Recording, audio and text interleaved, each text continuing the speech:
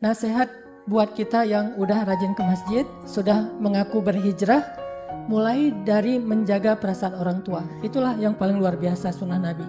Orang lain yang paling berhak untuk kita jaga perasaannya adalah orang tua kita. Dan orang tua kita yang paling berhak untuk kita jaga perasaannya adalah ibu kita baru ayah kita. Jaga perasaan ibu kita itu 3 kali lipat. Artinya maksud 3 kali Nabi mengatakan ummuka artinya apa? Kata sahabat, ya Rasul, siapa yang paling pantas untuk saya berbakti? Ibumu. Terus siapa lagi? Ibumu. Terus siapa lagi? Ibumu. Maksudnya apa? Ibumu. Kata sahabat, kalau ibu saya misalnya jengkelin gitu, tetap ibumu. Kalau ibu saya tuh orangnya ngeselin, tetap ibumu. Pokoknya apapun alasannya, ibumu dulu. Jaga perasaan ibu. Sejauh itu Islam mengajarkan akhlak kepada kita. Gimana menjaga perasaan ibu? Ini ada cerita. Ada seorang tabi'in. Tabi'in ini keturunan Nabi, kalau nggak salah namanya Ali bin Husain Zainal Abidin. Nah, tabi'in ini ketika sedang makan, orang Arab kan kalau makan tuh pakai nampan gitu ya. Jadi makannya bareng-bareng kan, dengan keluarga ayah, ibu, anak tuh bareng makannya tuh. Nah, Ali ini nggak pernah dia makan satu nampan dengan ibunya. Dia siapin makanan untuk ibunya, terus dia tunggu sampai ibunya selesai. Kalau ibunya udah selesai, baru dia makan.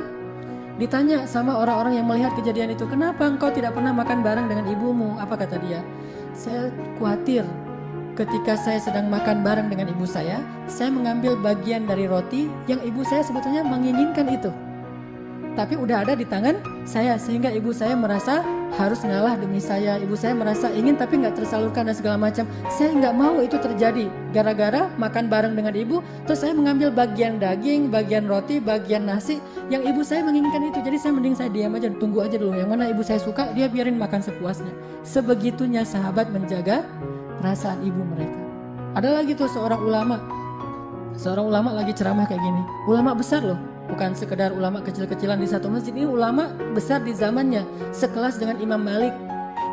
Ulama besar lagi ngajar di masjid dan muridnya banyak banget dan dia sangat dihormati, bahkan banyak dari muridnya itu ulama juga. Lagi ngajar di masjid, sore-sore gitu, tiba-tiba ibunya, karena rumahnya dekat dengan masjid, ibunya keluar terus manggil-manggil dia.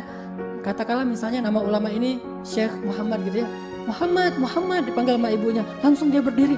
Ya ibu gitu. Ya Muhammad, kata ibunya, kasih makan ayam.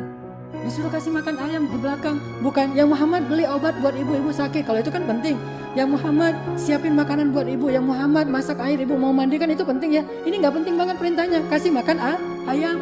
Coba, apakah Syekh ini mengatakan, ya ibu sebentar ya, ini lagi ngajar nih, ini lebih penting daripada ngasih makan ayam? Gak ada.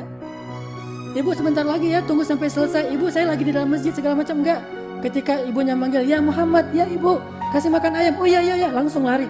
Tinggalkan murid-muridnya, majelis taklim, langsung nyari ayam-ayamnya dikumpulin, kasih makan, sampai selesai baru balik lagi ke dalam taklim. Sebegitu mereka menjaga perasaan. Gak mau mengatakan entar sama sekali. Kenapa? Kalimat entar itu mereka khawatirkan akan mengganggu perasaan ibunya.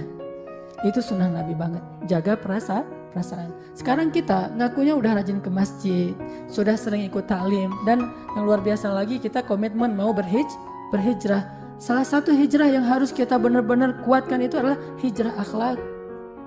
Dan tunjukkan itu bahwa kita udah berubah. Hijrah itu kan perubahan, shift, bergeser dari yang dulu. Mungkin banyak salah, sekarang memperbaiki diri. Hijrah akhlak, berubah. Akhlaknya dulu kita sama orang tua kita, kalau dipanggil cuek gitu, acuh tak acuh gak jelas. Sekarang kalau dipanggil oleh ibu kita miskon, langsung kita telepon. Atau ibu kita SMS, langsung kita datang. Ibu kita panggil, langsung kita hadir. Apapun yang diinginkan oleh ibu kita, gak ada yang lebih penting daripada ibu. Bahkan sholat sunnah sekalipun. Ada seorang ulama sedang sholat sunnah, ibunya ketok pintu, panggil namanya Muhammad gitu. Dia dalam sholat sunnahnya mikir gini, sholat ibu, yang mana nih yang harus dipilih? Dia lagi sholat sunnah, bukan sholat wajib. Antara sholat atau memenuhi panggilan ibu. Dia mikir, akhirnya dia pilih, ya udah sholat dulu aja, sebentar lagi saya akan datang ke ibu saya setelah selesai sholat. Kan sholat tinggal dikit lagi, rakaat terakhir. Ternyata apa? Kata para ulama, orang itu dicela oleh Allah Subhanahu wa taala dan dihukum dengan hukuman yang berat. Hanya gara-gara tidak segera, bukan nggak datang, cuma nggak segera datang kepada panggilan ibunya. Alasannya tuh bagus, alasannya karena pengen menyelesaikan sholat sunnahnya. Dan apa kata Nabi?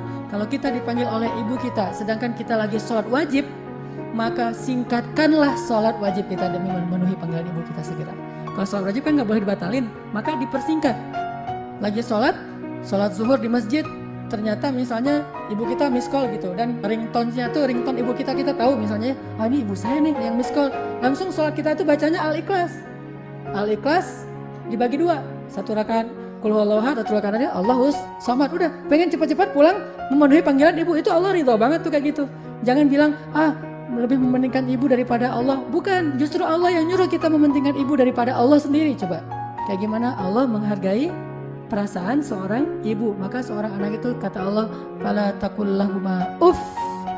Uff itu kalimat yang kalau kita lihat bukan durhaka sih. Uff itu nggak akan durhaka orang gara-gara misalnya ibunya bilang pergi ke sana gitu,